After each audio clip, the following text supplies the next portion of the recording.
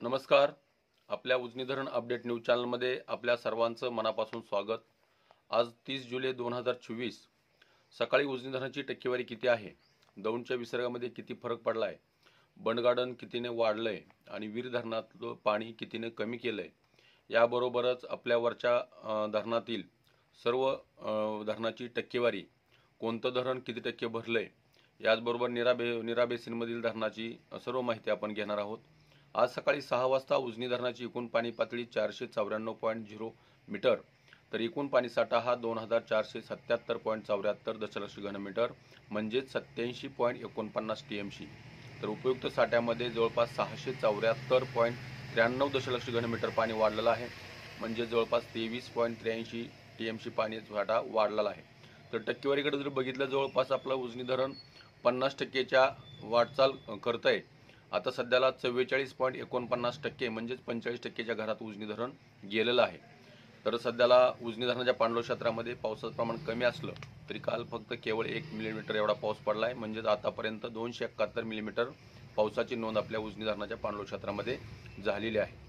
तर सध्याला उजनी धरणात दौंडमधून येणारा विसर्ग हा 31,487 क्युसेक्स आहे. कारण गेले काल 6 वाजल्यापासून म्हणजे गेले 24 तासामध्ये या विसर्गामध्ये वरचीवर वाढ होताना दिसते. काल सकाळी 6 वाजता उजनी धरणाचा विसर्ग 21,000 होता, परत रात्री 9 वाजता तो 25,000 झाला आणि आज सकाळी 6 वाजता तो 31,487 क्युसेक एवढा झालेला आहे. तर बंडगार्डनच्या विसर्गामध्येही वाढ होताना दिसते. खडकवासल्यातून पाणी सोडल्यामुळे बंडगार्डनचा विसर्ग वाढलेला आहे. रात्री 25,218 क्युसेक असणारा विसर्ग सध्याला तो 26,415 क्युसेकचा विसर्ग सध्याला दौंडच्या दिशेने येतोय आणि वीर धरणातून मात्र जो काल 22,485 क्युसेक विसर्ग सोडला होता त्यामध्ये घट करून तो सध्याला 15,161 एवढा करण्यात आलेला आहे. तर खडकवासला धरणातून सध्याला पाणी कमी केलंय. काल 22-24 हजाराच्या आसपास विसर्ग होता, तो आज सकाळी 20,691 एवढा विसर्ग ठेवण्यात आलेला आहे. आता उजनी धरणामध्ये जवळपास 31,500 क्युसेकनं पाणी येत आहे, म्हणजे जवळपास दररोज 2 ते 3% पाणी वाढणार आहे. म्हणजे येणाऱ्या 2 दिवसामध्ये उजनी धरणाची आपली 50शी पार करणार आहे.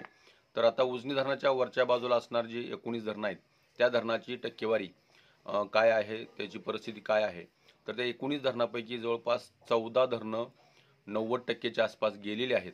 त्यामध्ये एडगाव, डिंबे, चिलेवाडी, कलमोडी, चासकामान, भामासखेड, वडिवले, आंध्रा, पवना, वरसगाव, पानशेत, कासारसाई, मुळशी आणि खडकवासला ही 14 धरणं 90%च्या आसपास गेली आहेत. त्यातलं कलमोडी धरण हे 100% झालेलं आहे आणि राहिलेली 5 धरणं आहेत त्यापैकी 4 धरणं 50%च्या आसपास आहेत.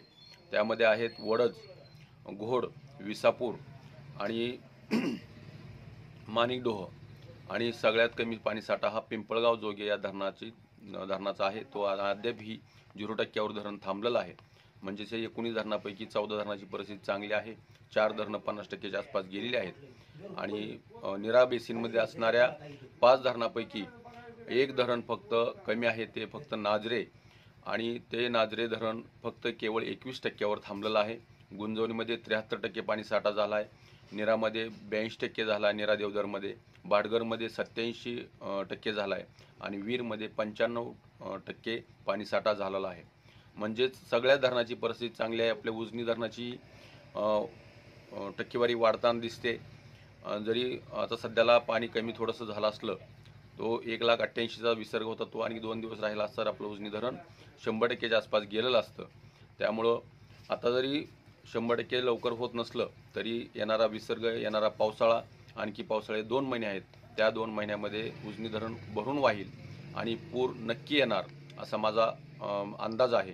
तर अशाच उजनीच्या ताज्या घडामोडीसाठी, ताज्या अपडेटसाठी आपल्या उजनी धरण अपडेट न्यूज चॅनलला लाईक करा, सबस्क्राईब करा, शेअर करा. उजनी धरण अपडेटसाठी बेंबळेहून सिद्धेश्वर शिंदे. धन्यवाद.